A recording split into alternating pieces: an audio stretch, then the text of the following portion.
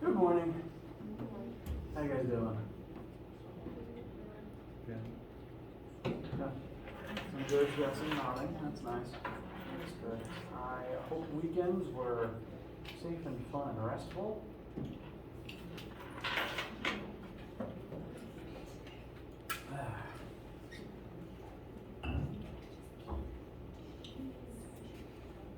Despite a nice weekend, I am still tired, so pardon me as I gather my thoughts for a second.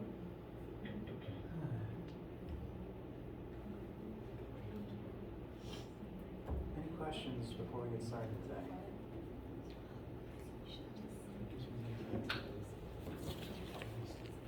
All right. Let's talk briefly about scheduling stuff real quick. Happy start of November. Next 3 weeks are scheduled to be pretty normal for the life of this class. Lecture every day is supposed to.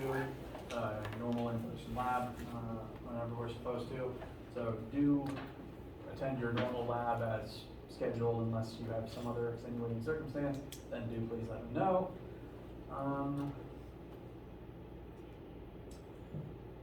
So the next 3 weeks will be pretty normal. The 4th week of November is Thanksgiving break, so we'll only meet for lecture on Monday that week, and then no lab, nothing else.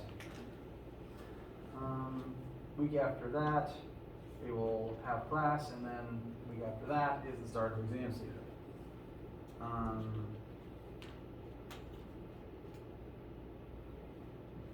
For those who are wondering, I am still grading tests. I would not expect to get those back until maybe Friday, just because there's a lot of them.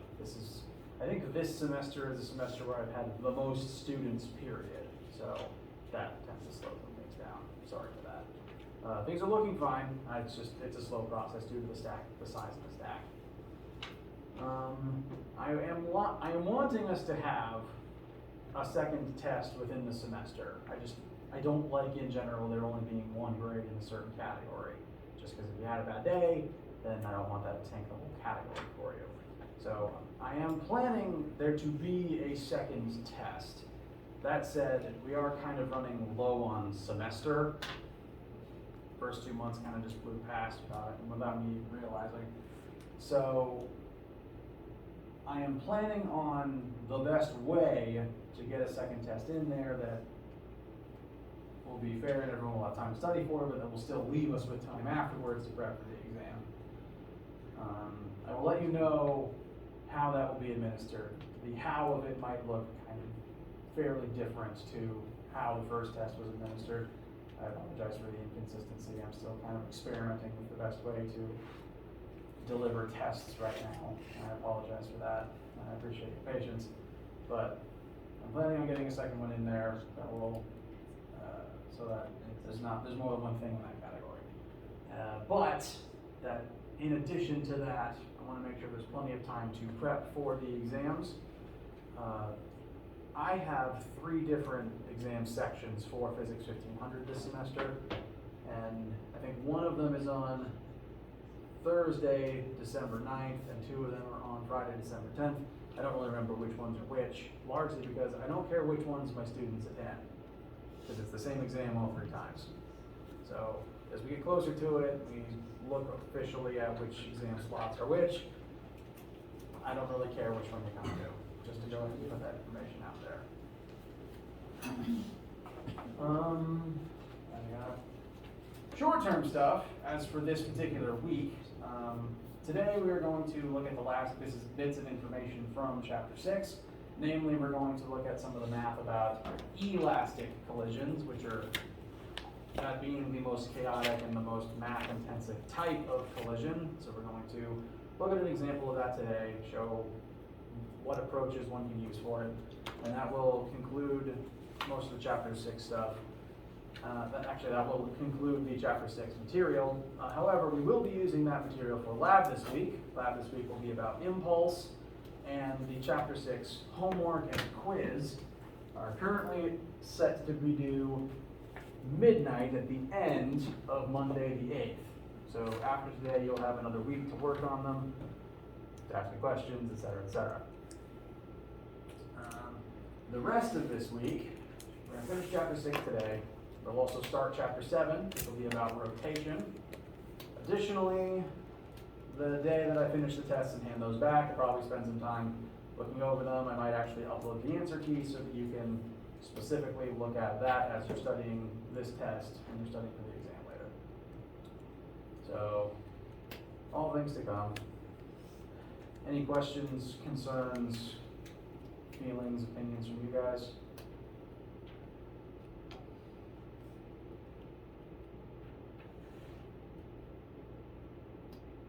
Alright. Please let me know any questions that you have, and I do honestly want to know what you guys are having trouble with in the class. If I'm in the middle of something and something does not make sense to you, I want you to stop me, alright? Because if I keep going and you're still confused, it's only going to get worse. Because I keep building on the last thing. So if the last thing was confusing, you're going to be building the next thing on a shaky foundation. I know I ask repeatedly, it probably gets old, but I do seriously mean it. I want to know what's causing the problems. I want you to stop me in the middle of lecture and tell me. And if you can't bring yourself to physically interject in lecture, I want you to tell me out of class. Okay? Alright. Like I said, we're going to finish up chapter 6 today, looking specifically at elastic collisions, because most of our collisions up till this point have actually been inelastic. If you think back to lab a few weeks ago, when we were doing the collisions on the air track, and we were looking at specifically inelastic collisions versus elastic collisions. The elastic ones, with the rubber bands, tended to be more energetic. They tended to bounce around more excitedly after the collision actually happened. Elastic collisions are chaotic, and that means they can also be, if they were, say, collisions between vehicles, they would be very painful for the occupants of those vehicles. The reason for this is elastic collisions are quite literally high energy collisions. Elastic collisions are the type where the mechanical energy of the participants, namely the kinetic energy of the participants, is conserved before and after the collision. Now, energy can't be destroyed, it has to go somewhere. In an inelastic collision, energy goes into places like friction and into sound and into, in the case of cars specifically, crumpling your bumpers. Energy is used up, work is performed to actually crush the bumper like a tin can, and as long as it's not elastic, it will stay that way, and the energy will just have been used up. So energy goes lots of places in an inelastic collision, which is why the cars tend to end up being slower after them. In an elastic collision, things are more chaotic because the energy is conserved. They're literally more energetic. We've been looking at collisions largely through the realm of momentum, because momentum, unlike energy, which can turn into lots of different forms and be used to perform work, momentum has no other state. It can only be momentum, and in a collision, it remains momentum literally every single time. So in every single collision, everything you could call a collision, every interaction between two or more objects, this statement will always be true. This second statement is only true for perfectly elastic collisions. What this means is, the statements that I currently have on the board, and I'm realizing that I wrote them too close to the actual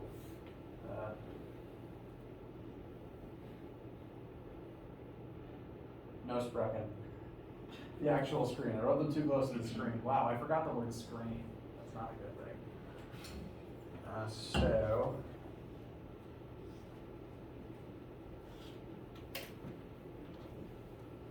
just putting them further away for students on that side of the room.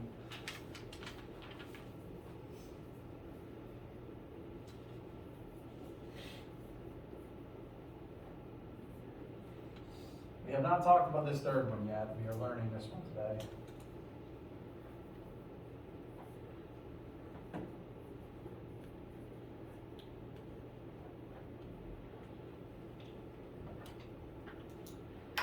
So,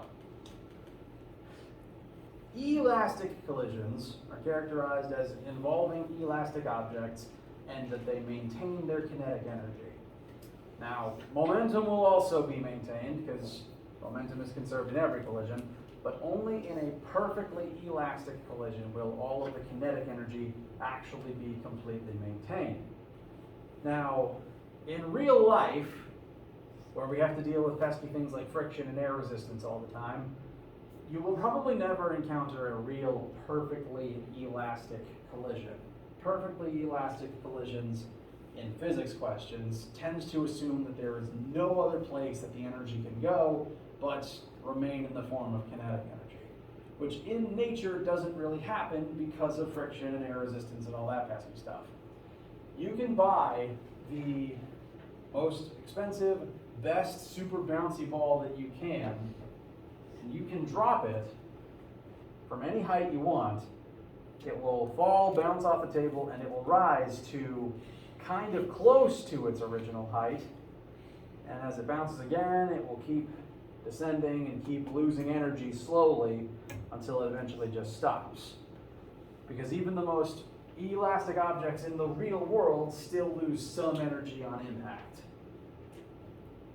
Now, for the sake of our physics questions, if I tell you that a collision is elastic, for simplicity's sake, we're going to assume that it will be mathematically perfectly elastic, which means that just for the sake of our math and our sanity, we can assume that all of the kinetic energy in that collision will be maintained. What this means is, for various different collisions, you will have various different starting points you can use for collision questions. And anything that can mathematically count as a collision or possibly an energy conversion question.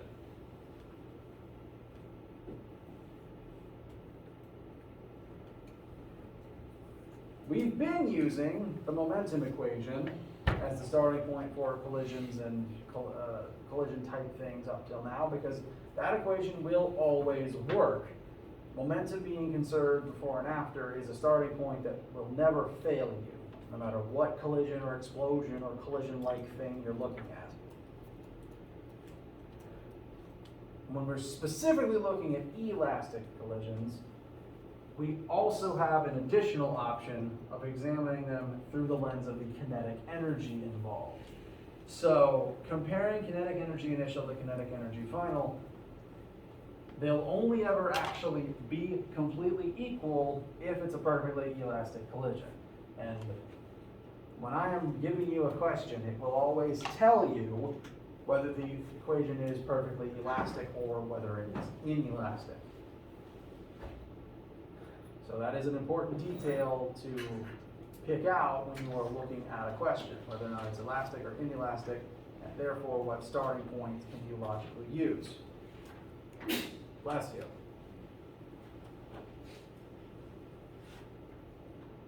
Both of these starting points work for elastic.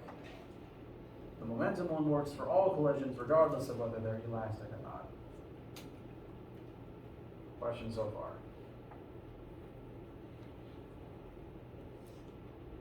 Okay. Now, there is a bit of a problem with using kinetic energy as your starting point.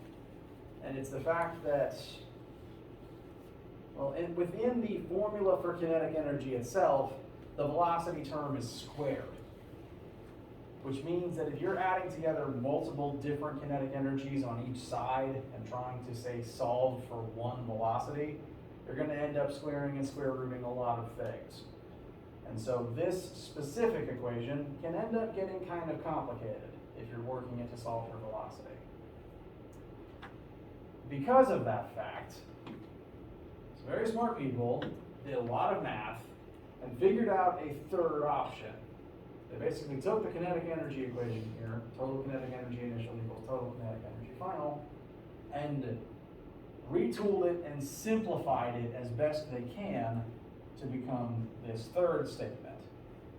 This is a third starting point that will work only for elastic collisions.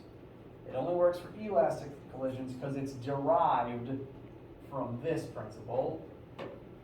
So again, this is only for an elastic collision. And even still, more specifically, it only works for one-dimensional elastic collisions. Now, I only ever plan on giving you one-dimensional elastic collisions, or really one-dimensional collisions at all, because the second two dimensions are involved, life gets a whole lot harder. Just for context, a collision, explosion, etc. is one-dimensional if the objects involved are only moving forwards or backwards along a single axis. Every question we've done up till now has been one-dimensional. That is set to continue. But I am contractually obligated to point out that these two equations will work even if your collision isn't one-dimensional, whereas this one only works if they're one-dimensional. An example of a two-dimensional collision would actually be the opening move in a game of pool. And when you shoot the cue ball at the cluster of the other balls in the game, and they tend to scatter in all directions, that would be a two-dimensional collision. And additionally, an explosion where bits get thrown in literally every direction would be a three-dimensional collision explosion. We don't do math for those, not in this class, but I just want to bring to your attention that those exist, and they would not use this formula. This formula would not work for those. This is only for one-dimensional, therefore, this specific equation cannot be used to improve your pool game.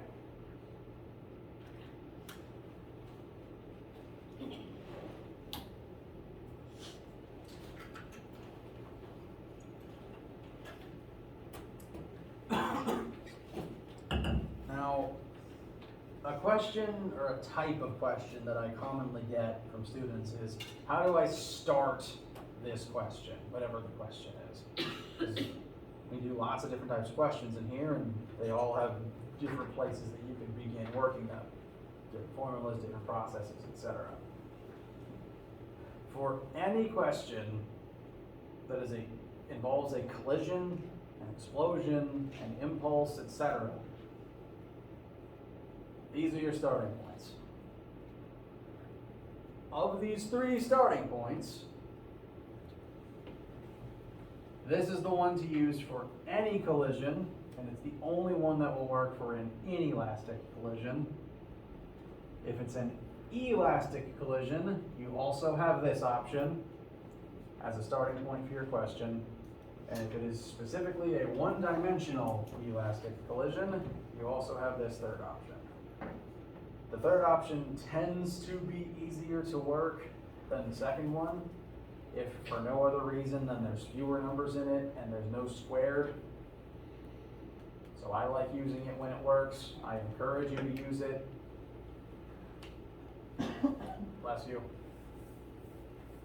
And all of these are good starting points for any collision that they qualify for. The first one is always your best option because it will always work. But elastic collisions specifically are kind of famous for leading to situations of two equations and two unknowns.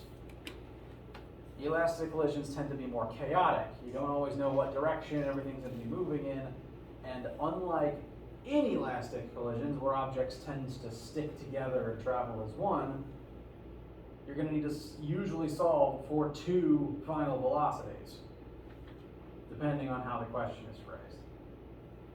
So elastic collisions specifically tend to create situations of two equations, two unknowns, which is why having multiple starting points is convenient, because you're going to need two different starting points to create two equations for two unknowns.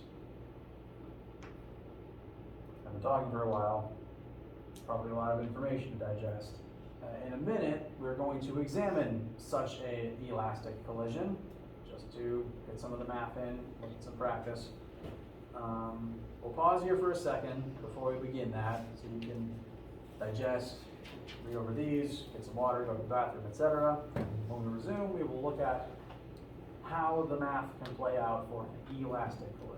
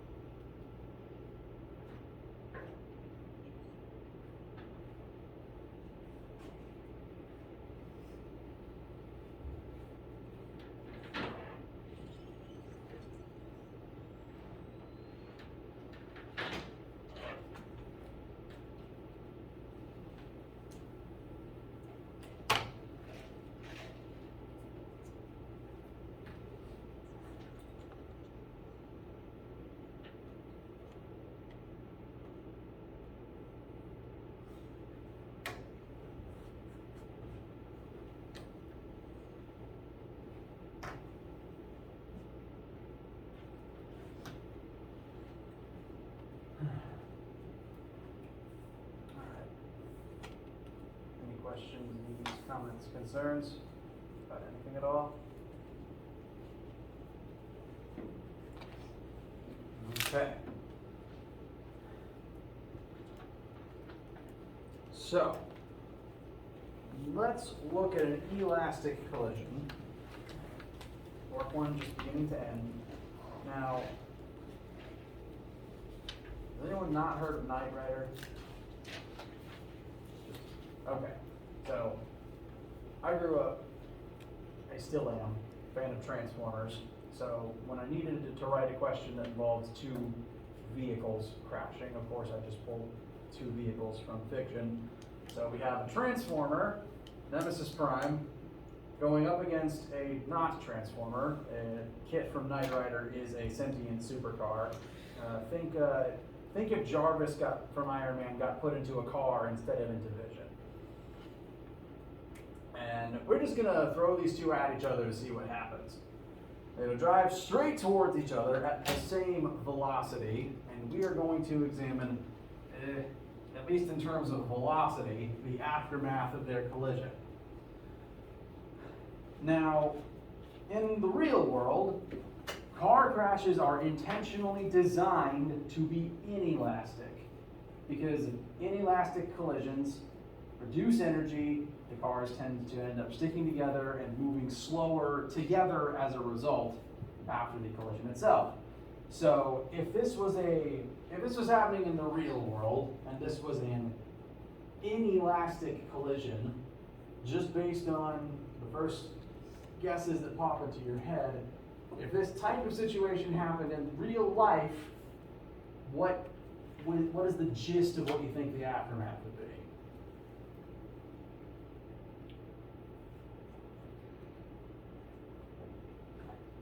At the very least, who do you think would lose? Car. The smaller car. If they're moving at the same velocity, the car has less mass, it's probably going to end up pancaked. The saying when it comes to road safety tends to go, if you are the smaller car in a collision, you're the loser. And that does tend to be true. If this was a real world inelastic collision, what would probably end up happening is car 1 would pancake against the grill of car 2, and together as one, they would slowly probably drift towards I drew it as the left, since car 2 brought more momentum into the situation. In real life, crashes are designed to be inelastic like that. You kind of want the car to crunch so that you inside of it don't. Because if all the energy goes into your body, you'll be the pancake instead of your bumper. Now, for the sake of 1, doing an elastic collision, and 2, just kind of ramping up things to the extreme to see what happens, we're going to make this an elastic collision to see what happens. This would be like an extreme situation where both vehicles have like super rubber bouncy bumpers, which again, I don't recommend. Just to kind of see what the extreme case would be. Now our 2 vehicles, we know their masses and their starting velocities. I'm going to call Kit the sports car vehicle 1 with a mass of 400 kilograms moving forward at 45 meters per second. We do not yet know its final velocity. Nemesis, who I will call vehicle 2, has a mass of 2,000 kilograms. Didn't write the G in grams, don't know why. And is moving towards vehicle 1 at the same velocity, 45 meters per second. Now, velocity is a vector, and momentum is a vector, so direction is important. We do need to indicate the directions and the fact that they're technically moving in different directions. The way that I have drawn this, vehicle 1 is moving in the traditionally positive direction. If you drew it the other way around, that would be fine, as long as you work things from that perspective. So again, if this was a test question, you just happened to draw it in reverse, that would be fine, as long as your answer was correct for that drawing. Operating from this drawing, though, we'll keep velocity 1 initial positive and make velocity 2 initial negative, just to indicate the direction. So they're moving towards each other. Don't know the truck's final velocity either. So, we're examining a collision, and this case is specifically going to be an elastic collision, which will make it more chaotic, but it opens up our options for starting points, because we can examine it through the lens of momentum, kinetic energy, or statement 3. Out of habit, and because this one will always work, I'm going to recommend we begin by looking at the momentum statement. That one will always work. So, we don't exactly know what the final state is yet, so I haven't drawn a picture for it. But we do know the initial state. We know both objects and their both object masses and their velocities. So on the initial half, vehicle 1's initial momentum will be its mass of 400 kilograms times its initial velocity of 45 meters per second. And vehicle 2's momentum, which you will add to that total, will be its mass of 2,000 times its initial velocity of negative 45 meters per second. Before we move on, what direction does the total initial momentum of this system point?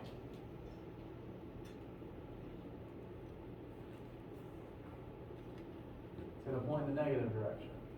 If we actually solve this and add the two numbers up, yeah, I remember this from the last time I worked it.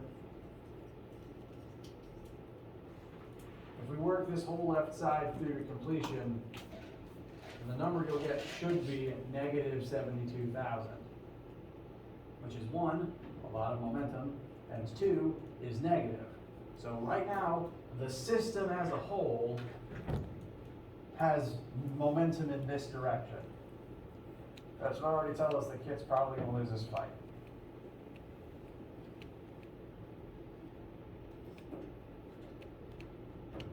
As for the momentum final side, we'll fill in what we know. Kit's final momentum will be its mass times its unknown final velocity. And Nemesis's will be its mass times its unknown final velocity. Why did my 4 come out?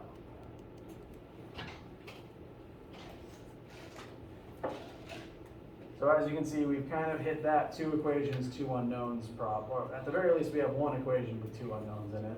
So as we are right now, we can't find either number just yet. Bless you. We can still simplify this a little bit, though. And I'm going to recommend we try to simplify it before we move on to a different equation. Does anyone disagree with this being the final left side? Okay. The right, we can't do much with on its own yet.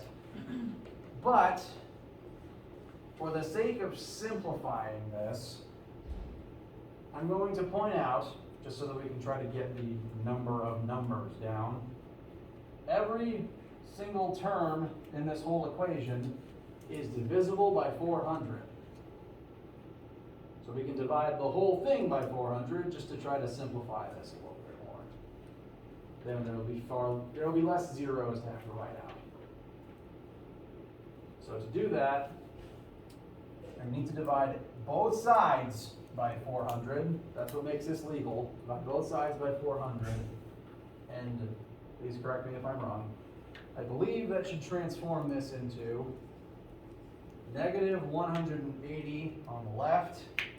And then the right, V1F plus 5 times V2F.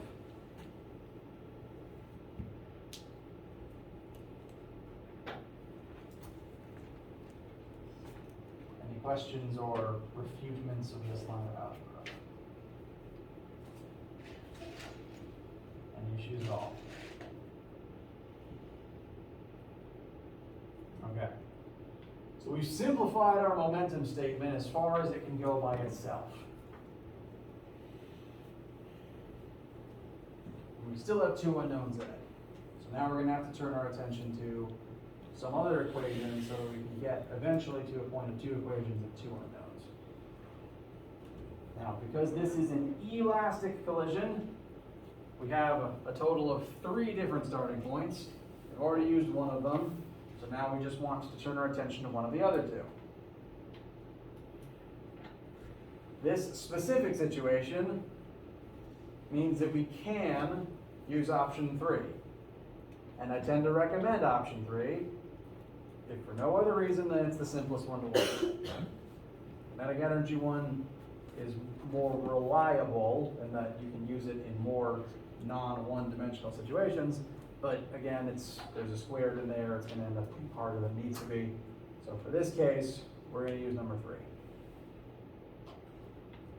I recommend number 3 in all the situations where it applies.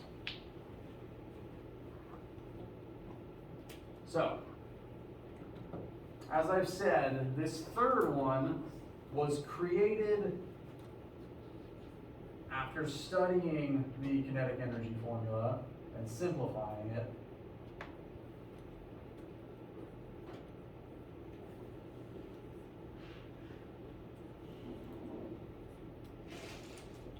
What it says is, in a one-dimensional elastic collision between specifically only 2 objects, the first object's initial velocity minus the second object's initial velocity will equal the second object's final velocity minus the first object's final velocity. Now, we do know approximately half of these things. On the left side, we do know the 2 initial velocities, so that 45 minus negative 45, and we don't know anything on the right yet.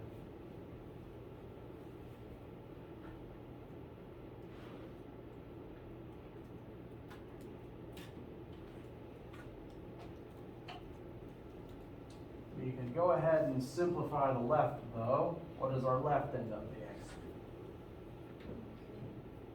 It is not actually 0, because this is minus a negative number, so this will actually end up being 90.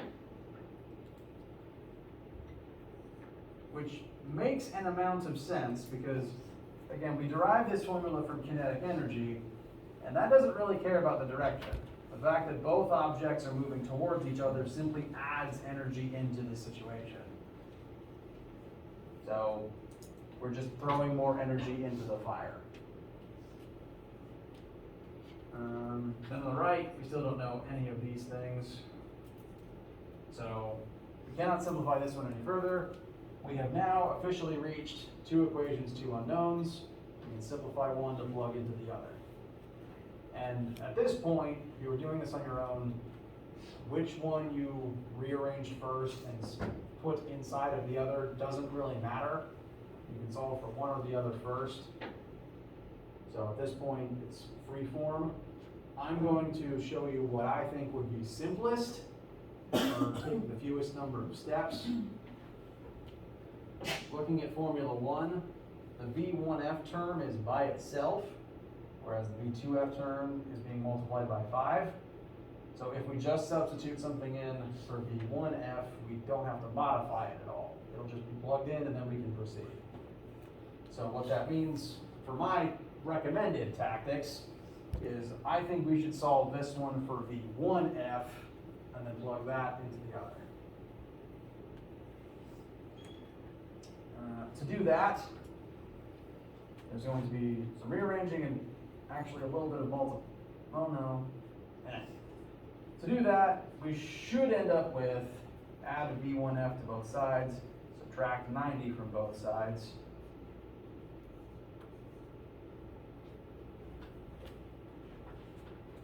We should end up with V1F equals V2F minus 90.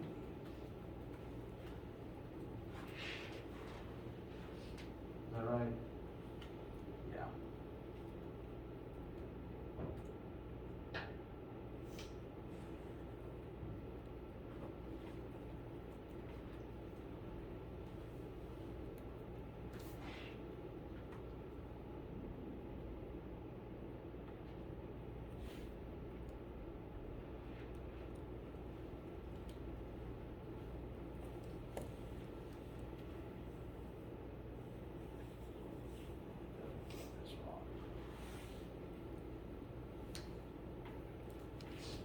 My apologies, I just caught a mistake that I wrote down earlier.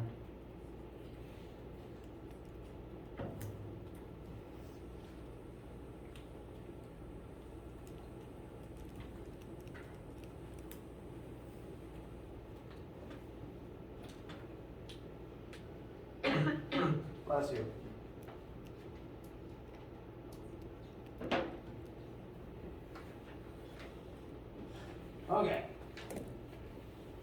So you can take this, plug it in for V1F over here, which should give us negative 180 equals, so instead of V1F, we'll write V2F minus 90, and then that's everything plugging in for V1F, so we'll continue, plus 5 times V2F. So we've integrated the two formulas, we've combined the two formulas, and there's now only one unknown. We can solve for V2F. I'm gonna try to simplify this maybe 2 steps at once. You need to add 90 to both sides, and we can combine the V2F and the 6 times V2F, which would give us negative 90 equals 6 times V2F. Any arguments getting to that point? Any questions getting to that point? And so what does that make the truck's final velocity?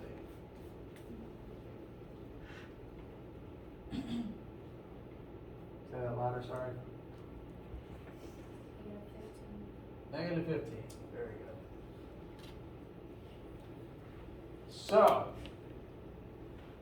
the truck slowed down by approximately 30 meters per second, which is a lot, but it's still moving in the same direction.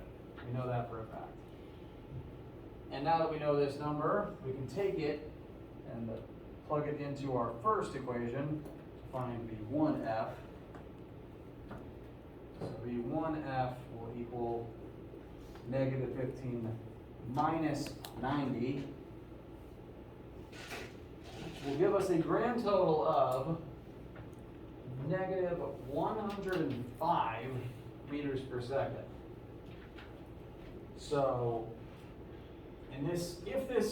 if you could make this an elastic collision, kit would not only bounce backwards off of the truck, it would bounce off 3 times faster than its original velocity. Kit lives this fine. Kit is going to get yeeted off into the sunset.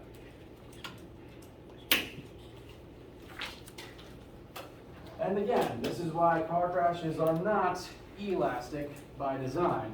Because if heaven forbid something like this happened on the road, and you were in a smaller car, you would get thrown off into Lord knows what traffic. Say again? You get crushed. Yes. You'd be a pancake and then you'd be thrown off into Lord knows what traffic.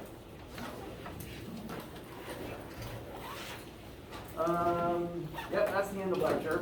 So, as you're leaving, I wanted to pose just a question for you to think about, because it's the question we'll be answering in lab. How do you think the impulses of each vehicle would compare to each other? That'll be the situation we look at in lab this week. With this Chapter 6 stuff, in lecture is officially done. So please continue on the Chapter 6 homework and do a week from today. Have a wonderful day. Let me know literally any questions, concerns, comments, etc. that you have. And if I don't see you today for lab, have a wonderful day.